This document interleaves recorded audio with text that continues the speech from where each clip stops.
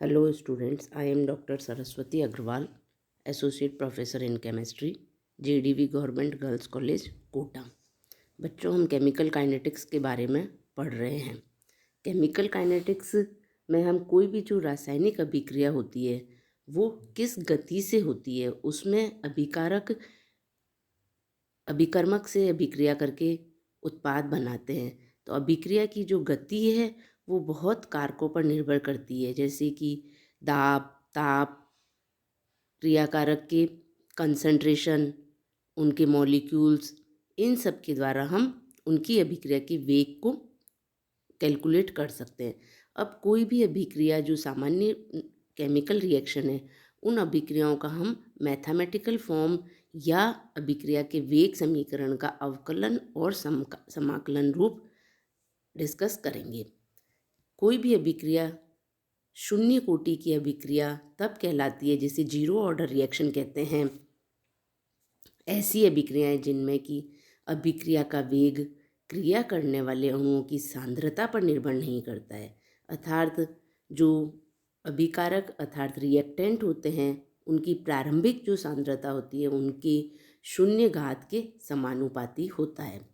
शून्य कोटि की अभिक्रियाएं कहलाती हैं। ऐसी अभिक्रियाओं में अभिकारक की सांद्रता में कोई भी परिवर्तन नहीं होता है। इनको हम निम्न प्रकार से व्यक्त कर सकते हैं, जैसे कि कोई भी रिएक्टेंट ए हमें अभिक्रिया करने के बाद उत्पाद देता है तो इसका डिफरेंशियल रेट इक्वेशन हम इस प्रकार लिखेंगे, -dA/dt इज इक्वल्स टू के कंसंट्रेशन ऑफ ए, अर्थात के सी उसकी कंसंट्रेशन को रिप्रेजेंट करता है, जिसको कि हम एक कांस्टेंट की तरह लिख सकते हैं, -dA/dt इज इक्वल्स टू के। या उनकी सांद्रता में बहुत ही अल्प डिफरेंस होता है तो उसको dx/dt इज इक्वल्स टू के ज़ीरो और अभिक्रिया का वेग उसके स्थिरांक के बराबर होगा। के जीरो को हम शून्य कोटि अभिक्रिया का वेग नियतांक कहते हैं। इस समीकरण को हम इस प्रकार भी लिख सकते हैं, dx इज इक्वल्स टू के ज़ीरो dt। इस इक्वेशन का समाकलन करते हैं तो हमें ये प्राप्त होता है, जहाँ पर c एक समाकलन स्थिरांक है। यदि t की वैल्यू 0 हो तो क्या होगा, x भी 0 हो जाएगा और हमें c की इज इक्वल्स टू जो हमारे पास समाकलन स्थिरांक है उसकी वैल्यू 0 आ जाएगी। अब इस का मान समीकरण हम 6 में रखें तो देखते हैं कि x इज इक्वल्स टू के ज़ीरो टी या समाकलन जो कांस्टेंट है वो के zero is equals to x/t, अर्थात इस समीकरण से हम बता सकते हैं कि शून्य कोटि की अभिक्रियाओं के वेग समीकरण का समाकलित रूप ये होगा और इस प्रकार अभिक्रिया की पूर्ण अवधि में अभिक्रिया का वेग स्थिर रहता है और अभिकारकों के सांद्रण में कोई परिवर्तन नहीं होता है। इनको हम ग्राफिकल मेथड से भी, रिप्रेजेंटेशन से भी समझ सकते हैं।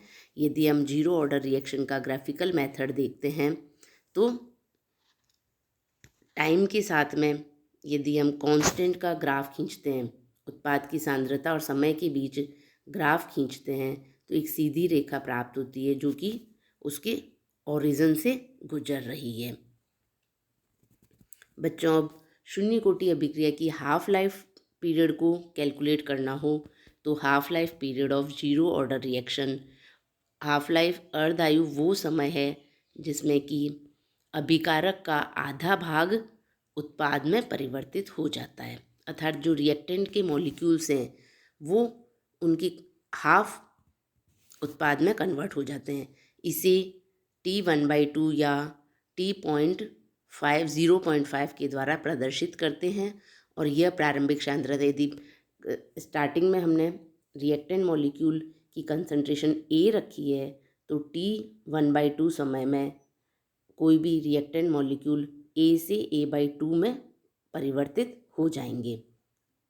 अब हमारी जो ऊपर वाली इक्वेशन थी उसको हम वैल्यूज़ को x और t की वैल्यू रखते हैं, तो x की जगह a/2 एवं t की जगह t½ रखने पर हमें t½ कैलकुलेट किया जा सकता है।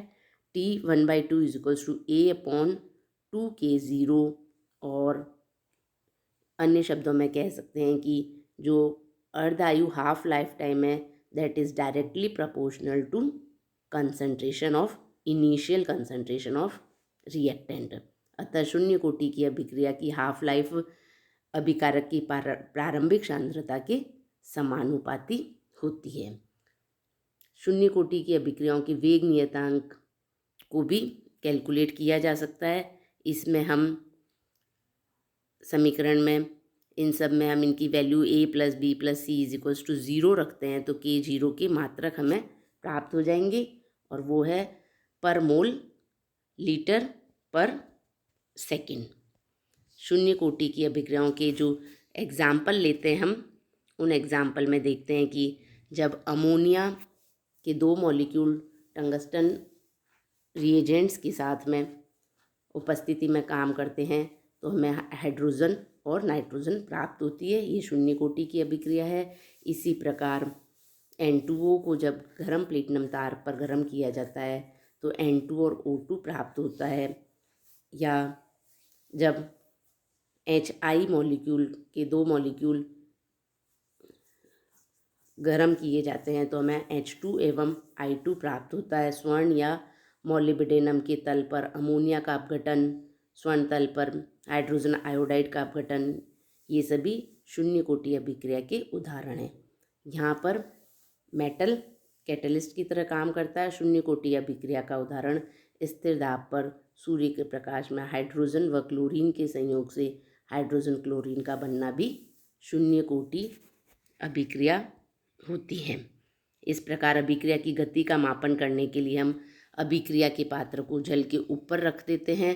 जैसे ही HCl गैस बनेगी वह पानी में घुल जाएगी और रिएक्शन जो पॉट है उसमें जल का स्तर ऊंचा उठने लगेगा, और यह जैसे जैसे ऊपर चढ़ने की गति के मापन से अभिक्रिया की गति निर्धारित की जाएगी, क्योंकि जल स्तर जैसे जैसे जिस गति से बढ़ेगा उसी गति से H2 व Cl2 परस्पर क्रिया करेंगे, और हम दाब को स्थिर बनाए रखने के लिए जल का स्तर ऊपर उठता जाता है।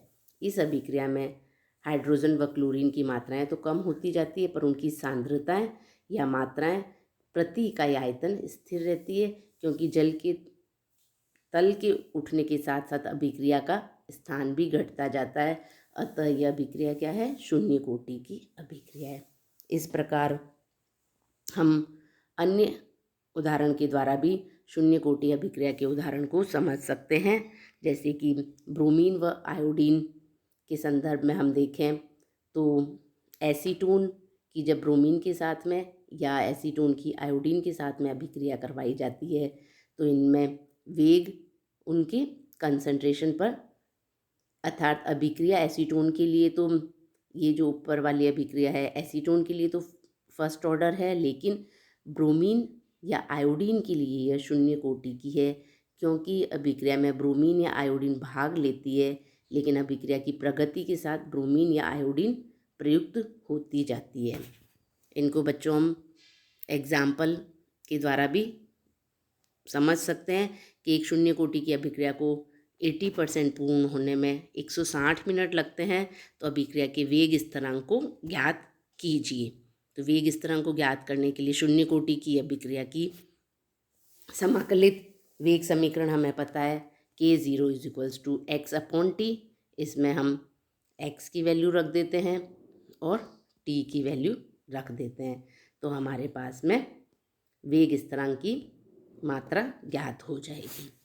इसी प्रकार अन्य एग्जाम्पल में शून्य कोटि की अभिक्रिया को हम 40% पूर्ण होने में यदि 120 सेकंड लगते हैं तो बच्चों कैलकुलेट करेंगे हम 200 सेकंड की अभिक्रिया में कितनी मात्रा बचेगी। अब इसमें हमें शून्य कोटि की अभिक्रिया का वेग समीकरण लिखने पर कि जो कि k0 = x/t है, और प्रारंभिक सांद्रता यदि A है तो t is equals to 120 second हो जाएगा। तो हमारे पास x की वैल्यू क्या आ जाएगी, 0.4a।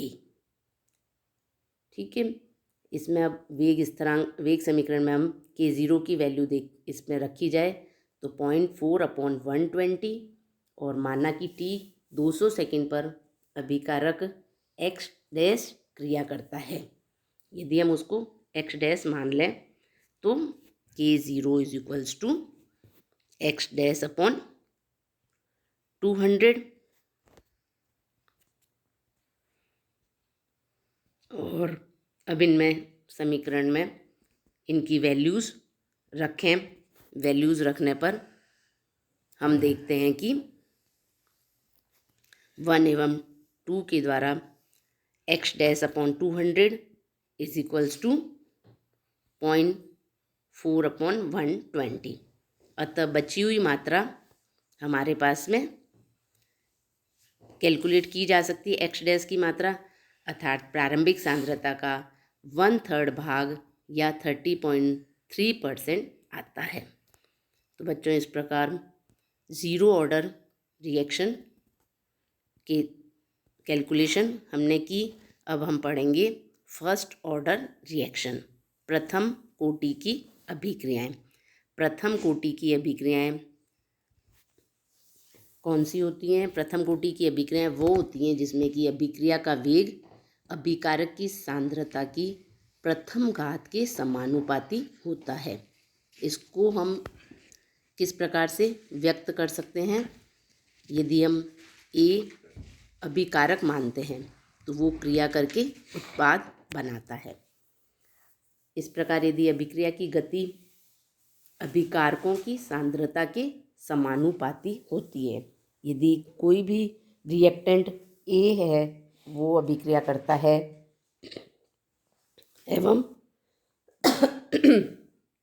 उत्पाद में परिवर्तित हो रहा है, तो हम इसका समीकरण लिख सकते हैं -dC/dt is equals to KC, जहाँ पर हमने ये C के साथ में A लिखा है, अर्थात CA अभिकारक A की किसी समय t पर सांद्रता है।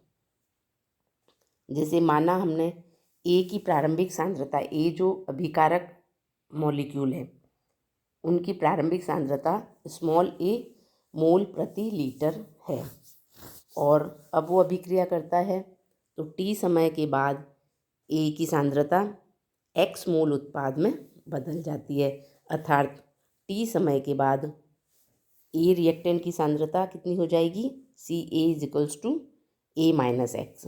अतः लॉ ऑफ मार्क्सन या द्रव्य अनुपाती क्रिया के नियमानुसार किसी भी समय पर t पर उत्पाद के बनने की गति को हम कैसे दर्शा सकते हैं, -dA माइनस एक्स, जो कि t समय बाद में अभिकारक की सांद्रता है, upon dt is proportional to A minus x, जो कि t समय बाद में A की सांद्रता है, अर्थात dx upon dt is proportional to A minus x, या dx upon dt is equals to K1 A minus x. जो K1 क्या चीज़ है बच्चों?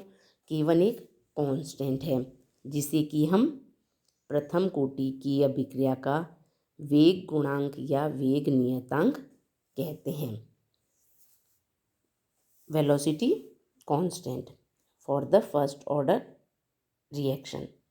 इस एग्जाम्पल में हमने देखा कि प्रथम कोटि की अभिक्रिया का यदि हम डिफरेंशियल फॉर्म लिखते हैं, समीकरण का अवकल रूप लिखते हैं, तो dx upon A minus x is equals to K1 dt यदि डिफरेंशियल फॉर्म में लिखा जाता है, तो x क्या चीज़ है?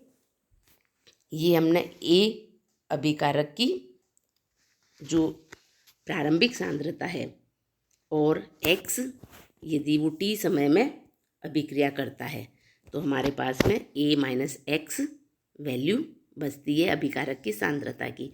तो इस प्रकार प्रथम कोटि की अभिक्रिया का वेग गुणांक या वेग नियतांक हम कैलकुलेट कर सकते हैं। तो इस प्रकार किसी भी अभिक्रिया को हम अभिक्रिया के वेग को कैलकुलेट किया जा सकता है। Thank you.